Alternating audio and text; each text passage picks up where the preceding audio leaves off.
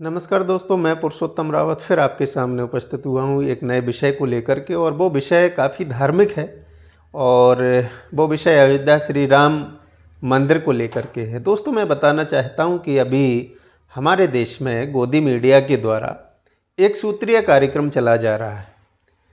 दोस्तों, वैसे तो ये कार्यक्रम पिछले 10 साल से एक सूत्रीय है, जो केवल हमारे प्रधानमंत्री नरेंद्र मोदी की मंशा के अनुसार सारी चीज़ें दिखाई जाती हैं, सारी चीज़ें लोगों तक पहुंचाई जाती हैं, जो कि मीडिया का ऐसा काम नहीं होता है। मीडिया दोनों पक्षों को सामान्य तौर पर रखता है, लेकिन हम कहीं ना कहीं आज की जो मीडिया है, हमारे देश की जो गोदी मीडिया के नाम से मशहूर है, वो मीडिया एक तरफा काम कर रही है और वो हम सभी लोग इनसे अनजान नहीं हैं। दोस्तों, मैं बताना चाहता हूँ कि आज मैं जिस विषय पर चर्चा करना चाहता हूँ काफ़ी धार्मिक विषय है। दोस्तों, मैं चर्चा इसलिए इस विषय पर करना चाहता हूँ कि बार बार मीडिया में केवल यही दिखाया जा रहा है कि कांग्रेस पार्टी के जिन नेताओं के लिए जो रामलला की स्थापना होना है अयोध्या में, उस कार्यक्रम का जो आमंत्रण पत्र दिया गया था, उन्होंने मना कर दिया है कि हम 22 तारीख को उस कार्यक्रम में शामिल नहीं होंगे। उसके कई कारण हैं और वाजिब कारण जो कांग्रेस पार्टी के तमाम बड़े लीडरों ने दिए हैं वो ये है कि आधे अधूरे मंदिर की स्थापना, आधे अधूरे मंदिर में भगवान श्री राम की स्थापना, प्रतिष्ठा जो कराई जा रही है वो हमारे धर्मशास्त्रों के विरुद्ध है। निश्चित ही ये केवल जो कार्यक्रम जो कराया जा रहा है वो केवल वोट बैंक की राजनीति है, जो बीजेपी के द्वारा हमेशा कराई जाती है। और बीजेपी इस विषय को लेकर के हमेशा अव्वल रही है। वो कभी भी कोई मौका नहीं छोड़ती है कि कहाँ धर्म के नाम पर और वोट बटोरने का काम किया जाए। तो स्वाभाविक बात है, ये जो राम मंदिर का आधे अधूरे मंदिर में जो श्री राम लला की जो स्थापना की जा रही है, उस मंदिर का शिखर अभी कंप्लीट नहीं हुआ है।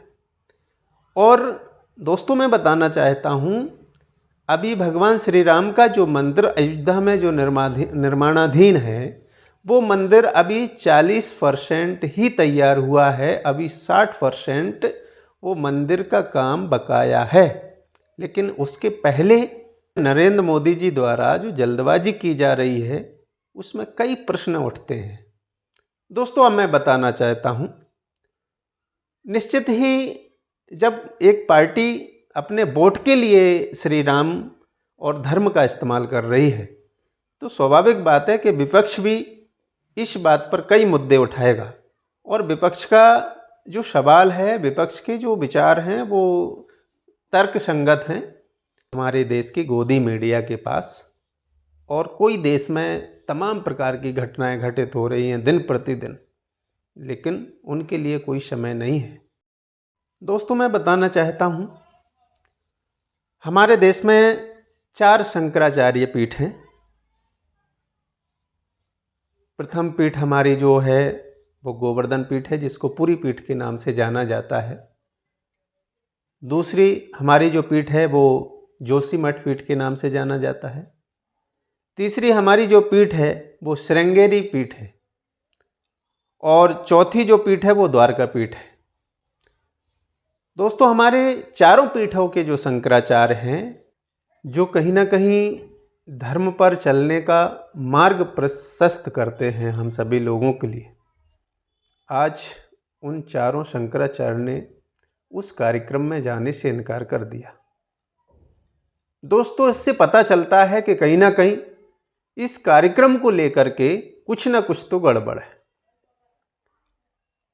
निश्चित ही हमारे शंकराचार्य ने यह भी बताया है, चाहे वो स्वामी निश्चलानंद जी हों, चाहे अभिमुक्तेश्वर जी महाराज हों, उन्होंने स्पष्ट रूप से ये कहा है कि जिस मंदिर में श्री राम की स्थापना हम कर रहे हैं, उस मंदिर का काम अभी अधूरा है, उस मंदिर का शिखर अभी निर्मित नहीं हुआ है।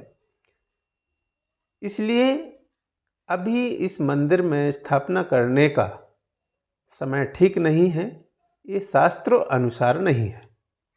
दोस्तों, मैं बताना चाहता हूँ कि बीजेपी और उसके तमाम तथाकथित जो धर्माचार्य जो उन्होंने बना रखे हैं अपनी पार्टी में, वो लोग अपने तरीके से हमारे धर्म को, हमारे सनातन को चलाना चाहते हैं।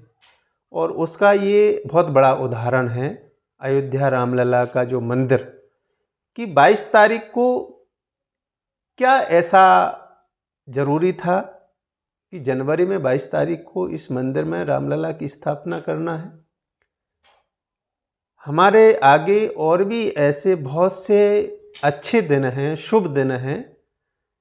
भगवान राम की रामनवमी जो उनके जन्म का दिन है, शायद वो भी बड़ा, रामनवमी का बड़ा अवसर होता जब श्री रामलला की स्थापना उस मंदिर में होती। शायद मुझे लगता है कि हमारी भारत सरकार अगर चाहती तो उस समय और जल्दी से उस शिखर की स्थापना करती और मंदिर का निर्माण कार्य और थोड़ा सा स्पीड में काम होता तो और शीघ्रता से उस समय तक हो जाता। लेकिन दोस्तों, मैं बताना चाहता हूँ कि जब हमारे चारों शंकराचार्य, चारों पीठ के हमारे धर्माचार्य जब इस मंदिर के इस कार्यक्रम को, इस स्थापना कार्यक्रम को ठीक नहीं बता रहे हैं, मैं बताना चाहता हूं कि चंपत राय इस मंदिर ट्रस्ट के एक सेक्रेटरी हैं। और चंपत राय का एक वीडियो बड़ा वायरल हो रहा है जिसमें एक भक्त आकर के उनसे कहता है कि हम श्री रामलला के इस मंदिर कार्यक्रम के उद्घाटन में अपनी ओर से 100 चांदी के फूल अर्पित करना चाहते हैं। तो चंपत राय उन भक्तों से कहते हैं कि ऐसी भक्ति क्यों कर रहे हो, क्यों ऐसा दान दे रहे हो जिसका कोई हिसाब किताब नहीं है, क्या करेंगे हम, क्या मैं बेचूंगा इन फूलों को। ये चंपत राय का बयान है दोस्तों। और मैं बताना चाहता हूं कि ये वही चंपत राय है जो राम जन्मभूमि के उस समय जमीन के घोटाले में भी इनका नाम आया था। चंपत राय खुलेआम जब इस बात को कहते हैं दोस्तों कि इस मंदिर के गेटों की कीमत 60 करोड़ से ज़्यादा है और ये अयोध्या है, यहाँ पुजारी को रात में मार करके और सब कुछ उड़ा के ले जाया जाएगा। दोस्तों, मैं पूछना चाहता हूँ हमारे देश के गृह मंत्री, जो गृह मंत्री का एक बयान था दोस्तों, मैं आपको याद दिलाना चाहता हूँ। गृह मंत्री ने ये लाखों लोगों की भीड़ मर और ये कहा था कि यूपी को हमने ऐसा बना दिया है कि रात्रि के 12 बजे एक महिला कई किलो सोने के आभूषण पहन करके और बाहर निकल सकती है। कोई व्यक्ति की मजाल नहीं है कि उसकी तरफ आंख उठा करके देख ले। हमने यूपी से गुंडा और डाकू बदमाशों को खत्म कर दिया है। दोस्तों, जब यूपी से गुंडा और डाकू बदमाश खत्म हो गए तो फिर चंपत राय जो इस मंदिर ट्रस्ट के सचिव हैं, सेक्रेटरी हैं, वो ऐसी बात कैसे कह सकते हैं कि ये अयोध्या है, रात्रि में पुजारी का गला काट करके और सब कुछ ले जाया जा सकता है। दोस्तों, मैं बताना चाहता हूँ ये बीजेपी की कथनी और करनी में बड़ा अंतर है। धर्म के नाम पर जो लोगों को ठगा जा रहा है, इस देश को जो गलत दिशा में ले जाया जा रहा है, धर्म और धर्म को मानने वाले लोग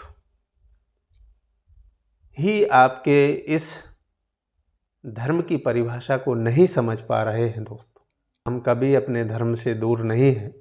हम हमेशा राम के अनुयायी रहे हैं और राम हमारे आदर्श हैं। राम हमारे जीवन में है, राम हमारे रग रग में है, राम हमारे खून में है और हम हमेशा राम के उस आदर्श और आचरण को जीवन में हमेशा समाहित रखेंगे। लेकिन ऐसे लोगों से हमको हमेशा सावधान रहना चाहिए जो लोग केवल धर्म और राजनीति को आगे बढ़ा करके फिर लोगों को बेवकूफ़ बनाने का काम कर रहे हैं। इनका धर्म केवल इनके वोट को बढ़ाने का जरिया है, और वास्तविक धर्म क्या होता है इसको तो बीजेपी और उसके तमाम तथाकथित धर्माचार कभी नहीं समझ सकते। धन्यवाद दोस्तों, मैं फिर किसी एक नए विषय के साथ आपके सामने उपस्थित रहूँगा। बहुत बहुत धन्यवाद। नमस्कार।